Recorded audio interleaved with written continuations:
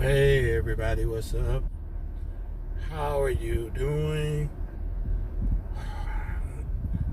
Another month's about down.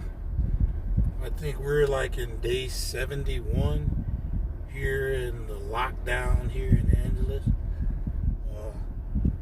Hoping for some relief here in the next couple of days. Specifically Monday, we're supposed to go into another lower level of restriction, so to speak.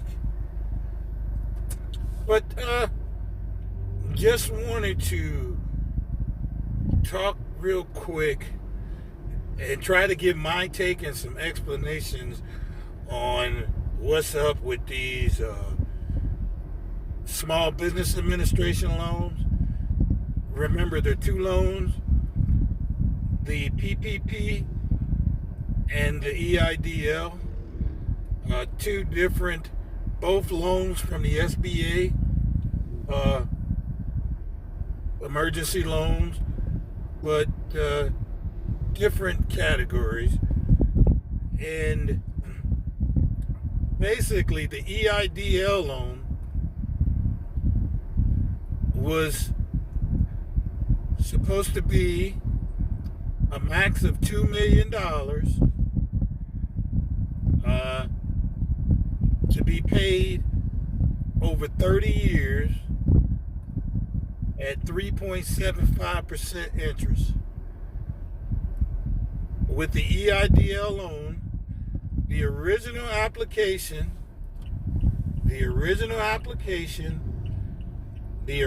policy stated that you would apply for the loan, you would certify the fact that you had a small business, two small certifications written into the application, and that you would get a $10,000 advance upon receipt of the application,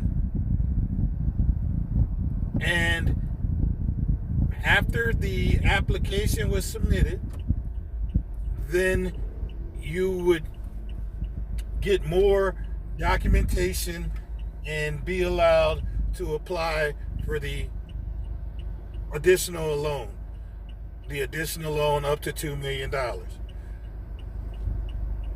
Well, events and popularity changed that. And the first revision, of course, was they would not give $10,000, but they would give $1,000 per employee, up to $10,000 as an advance. Then they reduced the maximum amount from $2 million to $150,000. Naturally, they ran out of money. The first set of money went primarily to quote unquote small businesses like the Los Angeles Lakers, Ruth Chris Steakhouse, franchises like that got the loans, and the majority of the money was gone in the first round. Then they went back and they went from $349 billion. They increased it to $630 or $650 billion, and they continued processing the loans. The EIDL loans, the advance went away.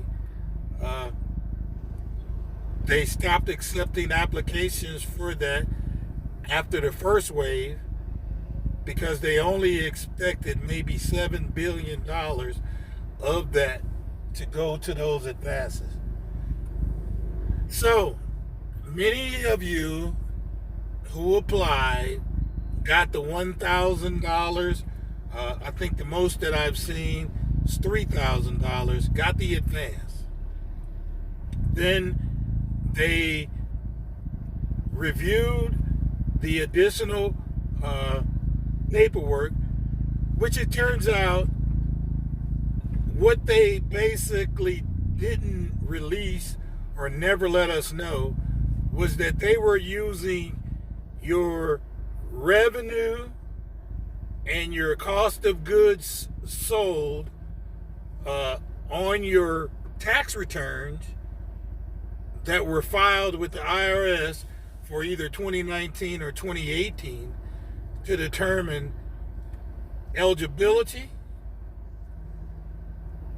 and how much you would get. So, since most of you have very small businesses, and also since your tax returns not only reflected the fact that you had inventory paid for businesses, but your tax returns reflected that you had business expenses. And a lot of you incurred a loss in the business based on tax return, which prevented you from owing the IRS. Well, the proper tax avoidance, tax accounting was held against you for loan purposes. So many of you received decline letters from the SBA specifically stating that your cost of goods sold and your revenue from your tax return did not make you eligible for a significant loan. Now, let me tell you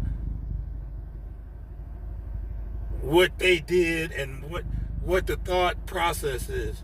As a tax consultant, I just so happen to have a client who has a trucking business and gets a 1099 only. And we were working on his taxes, and at the same time he had just started the process of buying a home. So if you are buying a home and you own a business and your business shows a loss, the underwriters look at that as a negative. So basically what I did, what I advised him to do, was to just report the income the way that the government likes it and not take any business. Not take any business expenses. So he reported, and I'll just say $75,000 was on his 1099. What he made from his trucking business, $75,000 was on his 1099. He's single, no dependents. So we put the $75,000, and that made him owe. That made him owe the IRS basically $23,000. So he filed his tax return showing that he owed the IRS $23,000. Naturally, the IRS thrilled with that tax return. They allow you to set up a payment plan and whatever. So when the SBA, the Small Business Administration, looked at his tax return, they saw a nice profit. No cost of goods, nice profit. No big deductions for cost of goods sold or for business expenses. So he made a lot of money. So they would prefer to loan people money that have money. So that's why it's hard to get a small business loan when you're starting up a business, because they want successful businesses to be able to get the money and get a little bit more assurance that they're going to pay it back. So, with him showing that profit, he's the only client so far that was able to get $18,000 for the PPP and $45,000 for the 30 years for the EIDL. Anybody that showed losses or whatever, the average people, they generally got the advance, which was again between $1,000 and $3,000. They generally got the advance, and now they're receiving declination letters from the SBA saying that their tax returns, the numbers didn't justify what was their tax returns didn't justify them getting a loan under their criteria. The government's a racket. I'm telling you, Trump's people are brilliant. Brilliant, brilliant, brilliant. They wrote the policy perfectly to take care of the wealthy, well-established businesses that would still be considered small businesses. And those businesses are not paying any taxes. They're getting tax credits for hiring folks and those type of things. But they show a lot of revenue that allowed them to meet the criteria to get those loans. And a business loan with a 3.75% interest rate over 30 years, whether it be $150,000 to $2 million, is a huge, huge score. Huge score. You're never going to get money, somebody else's money, at that lower rate for that long, for business purposes. So the rich gets richer continues. That's what this all was about. So if you got a declination letter from the Small Business Administration, and if you properly did your taxes and took care of your income by claiming the expenses that you rightfully incurred, then they penalize you by saying, hey, you didn't make enough money to need a loan. And that's basically my opinion. If you want to, if you wanted to pursue those loans based on the criteria that it looks like they're following, you could amend your tax return. You could amend your tax return take off any business expenses, plus up your take off any business expenses, and plus up your cost of goods sold, and show that you owe the IRS, and then I guess they'll give you a loan, which is a bunch of crock of stuff. But basically, that's the way it looks from my personal experiences. That's the way it looked.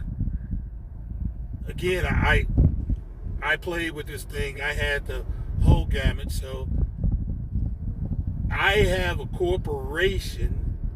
So I put in for 2 loans just to see how that would come back. And what they basically did was they got both loans. They pulled one. They pulled the second one that I submitted and processed the first one. And they gave me eligibility of because I claim a small amount for my tax consultant work, and that showed on my tax return, and they approved a small EIDL loan for my business. Nothing close to the $45,000 that my other client got, but something. I think I got $15 a month for 30 years, whatever. So that's the latest on the EIDL loans.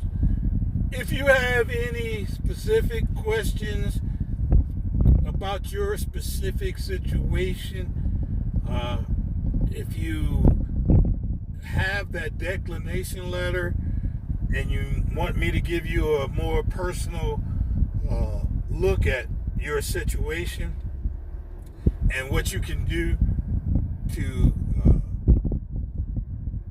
try to get the loan, if you want to pursue that, feel free to send me an email to barnesr001@gmail.com, or hit me up on Facebook, and I'll see if I can't at least give you an options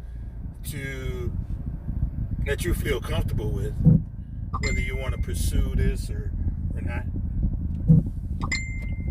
Okay, you guys have a great day. For those of you in the U.S. and not here dealing with this,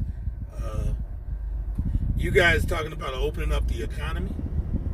This is what we have to deal with here in the Philippines.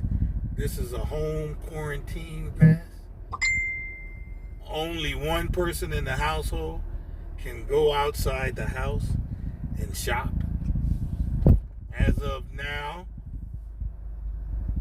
if you go to a store, you can't get in without it. And so basically, anyone under 21 or over 60 are basically locked in the house. The president here has said, hey, we're going to wait this out until they develop a vaccine. So, pretty amazing. Okay, thanks a lot, and I'll be in touch. Have a good day.